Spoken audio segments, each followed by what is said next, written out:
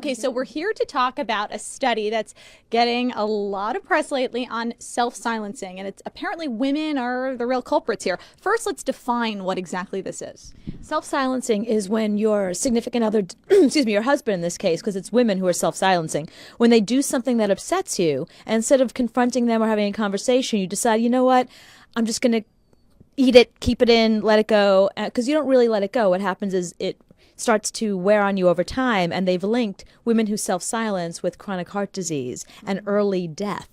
So it's not just, let me not say anything and see how this goes. You'll die. So that's a really big thing you might want to think about when your significant other does something that makes you unhappy. Now, what amazed me about this is we always talk about women who are these great communicators and who always are expressing their emotions. So doesn't this contradict the whole thing? Well, it's not necessarily that it contradicts it. I mean, it depends on what you're communicating. Women often will get emotional and just start like the weather, move into a storm. It doesn't mean what they're doing is communicating the real essence, the truth of what's going on for them. They're just maybe communicating their dissatisfaction or their pain. And by the way, men have that. This study was done on women, but I am sure, and I know you're both going to agree with me, a lot of men go into that silent syndrome where they just shut down. And that's as bad for your immune system. Maybe it's not death, but for a lot of men it is. A lot of men, it does lead there. So it is for men as well as women. How do you express yourself in a relationship? Well, women do tend to self-silence, but men do too, and a lot of it has to do with the family that you were raised in and what you learned growing up. Many of the men that I work with, and myself included, I would say would be my personal tendency is not to self-silence, but to lash out. And I've noticed in men, and it's been studied that when men get confronted in any way or angry, there's really sort of a hijacking of the prefrontal cortex, and men get flooded with different hormones and neurotransmitters and emotions, and really go into a kind of a different heightened emotional state, which tends to lead guys to yell and lash out. And what a lot of women, I think, will do is sort of engage a guy at that level, and so it becomes really a process of escalation, and you have couples that really get into the habit of screaming at each other. And I think a lot of the women who self-silence maybe do so because they would rather not be screaming. Right, they want to avoid that. And that's women's role. If you think, you always got to go back to the cave. What was the job of a woman? It was to keep the family, keep everybody happy, make sure everyone has their food, everything they need. So women don't self-silence because they don't know how to communicate. We can talk to each other forever. Right. It's because we just don't want to have that confrontation, especially if you have a man that will yell real quick, that'll go right to arguing. You figure, I just don't want to go there. I have to believe, though, we've gone way beyond the cave, though. I mean, we have gone way beyond. I think it's really a question of, Cooper, I mean, I agree with what you're saying partially, but I also think it's that we don't necessarily have the relationship skills on how to effectively communicate with each other. Why not? Well, because you went to school. I learned my math and I learned my English, but nobody told me that dumping is very different than communicating. And like Ian said, some of us are from families we don't get good role models, so we don't really learn any communication skills from our parents. So where do you pick it up? On the street, I mean, we have come a long way since the cave, but we all still have our primitive reptile brains, and actually the emotion centers in the brain are located in the primitive brain. And so really that's why we do need to really develop techniques skills, and learn strategies so that when we are getting emotionally hijacked and we are escalating, rationality and peacefulness and love can take over. So do we all need a relationship expert, essentially? Yes, we do. No, you should be your own. I know a couple. This is one of my favorite things that they do. I know a couple, they have a really good relationship, and people say, how do you guys do it? They say once a week, we have a grievance meeting. And they sit down once a week and they say, they take each other's pulse. Are you okay? What's going on? Did I do anything this week? And they talk about it rationally. No one yells and screams. That actually sounds like a healthy way to self-silence throughout the week. So you're almost bottling it up all week and then unloading on that person that day. It works for them. For a lot of people, it doesn't. A lot of people have to get it off their chest the minute they're feeling it. Right. For some reason, that's what works for them. I think you have to find what works for you. And also to take responsibility. That's the biggest thing in relationship. See, if I'm in a relationship with somebody, for instance, somebody that doesn't call me often enough, instead of saying you don't call me enough, you go away for the day or the weekend or whatever, if you're married, you're at work, you get caught up, well, I've got an important job, I get caught up, but I find the time to call you. That point, what I'm doing is I'm dumping. If I say, my preference is to hear from you, honey, I'd love just to hear a few words like I love you, a text, something, then what I'm communicating is a need. I'm not putting it on you that you've done something wrong. I'm not making you wrong. But what's important to note is this study is very specific. They look at not just you didn't call me. They specifically look at for women the things about that women self-silence about that cause the early death are child-rearing issues, anything to do with leisure activities with the family, finances. So the big issues, the things that you should have worked out when you got married, how are we raising the children, how are we handling the money? When those things come up, those are the things that women tend to self-silence about that ends up killing them. For men, it's sex. That's it. That was the only thing on their list. All right, sex therapists, let's talk about that.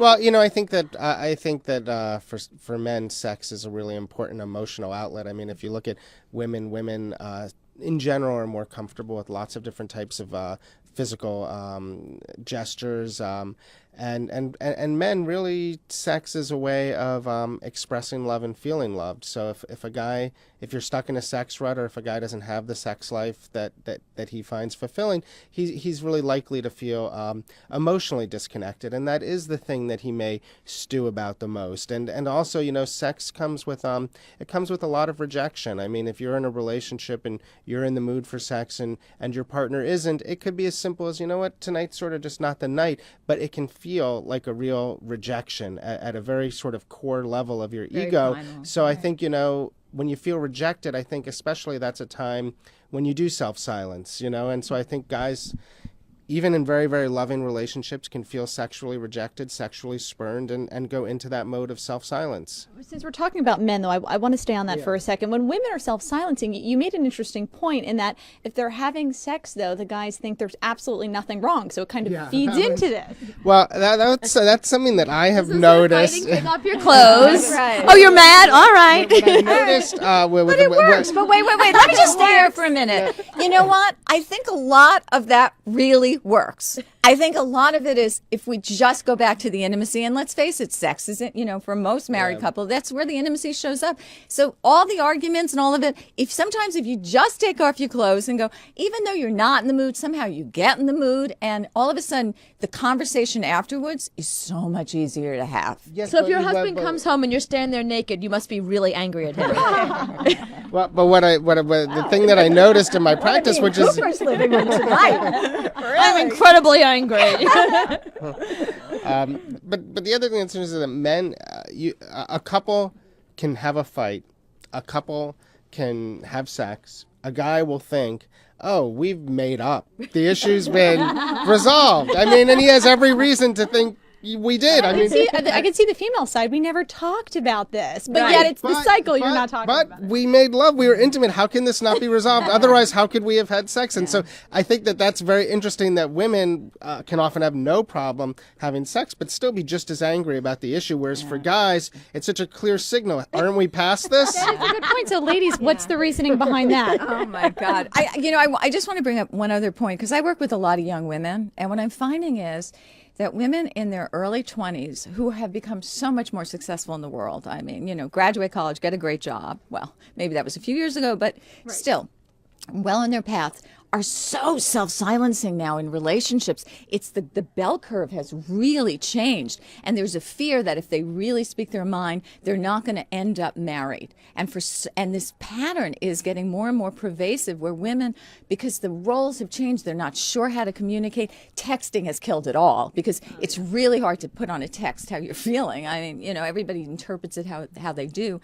And I just, it's a call out right now to young women, because once you lose yourself, and that's really what self-silencing is. Once you lose who you are in a relationship, it's not going to work anyway. It's going to work. In the study, what they talked about is when you self-silence, yes, your relationship probably will last for a good 5 years, and people will walk around going, this is really working. And then, as Cooper would say, they're either going to drop dead because they've just suppressed every emotion, or they're going to act out. By the way, infidelity amongst women on the rise right now. Or what's going to happen is the relationship is just going to blow up because neither of you have been honest.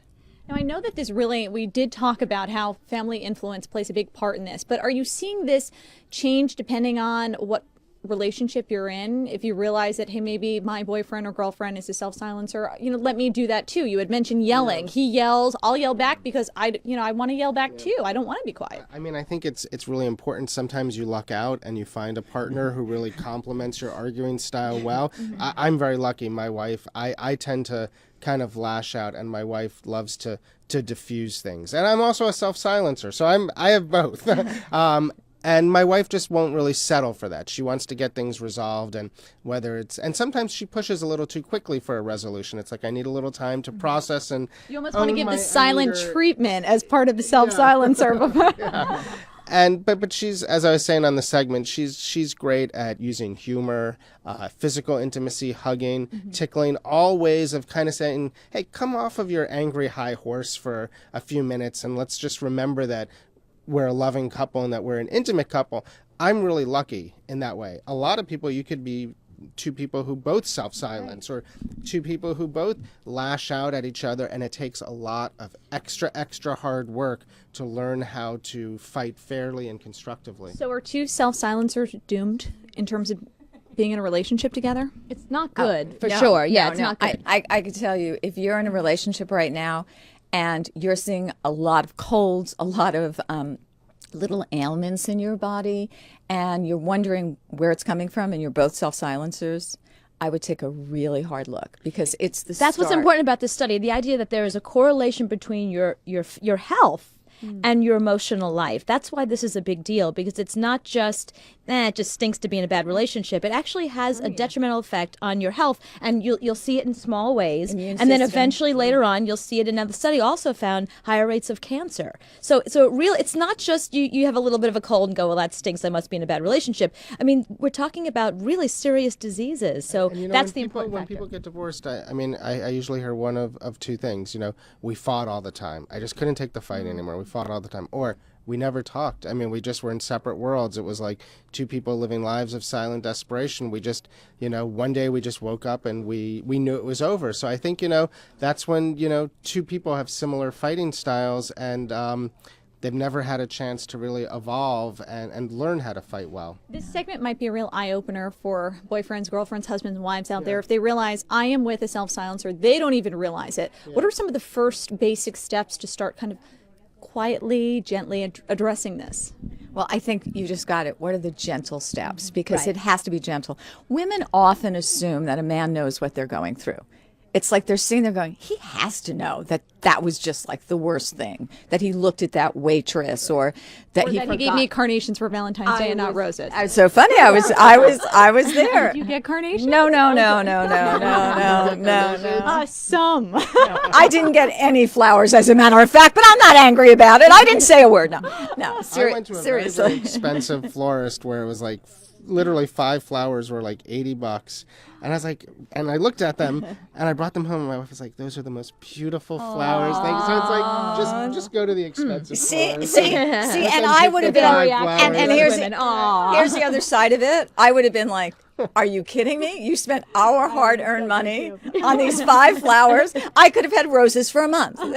But the other side of it is really, you have to be gentle, because once you ring that bell in a relationship, and what I know, you know the study much better than I do, but the two things that end a relationship, the indicators for ending a relationship, one is financial, but the second one is the style of fighting and what you say to each other. And once those bells get rung and you're in that pattern of putting each other down and demanding, that's it. You have to ask yourself, why do I self-silence? Am I just afraid of confrontation? And do you carry that over to other aspects of your life? You're just afraid to say to somebody, I don't like what you did to me, whether it's at work or at home? Or is it the fact that you don't want the response of your significant other, who you know is going to go right to, from 0 to 60, as Ian was saying? So you have to. So why are you self-silencing? As soon as you figure out the answer to that question, then you can start resolving it. And by the way, as the person in the relationship, if you notice your partner self-silencing, create a safety field for them. we forget that in a fight, it's not just I'm sitting here and waiting for you so I can react. Right. It's more like, okay, I get he got silent. He's not feeling safe with me right now. What can I do to make him feel safer? So maybe it's just saying, wow, I appreciate that you're even willing to look at this.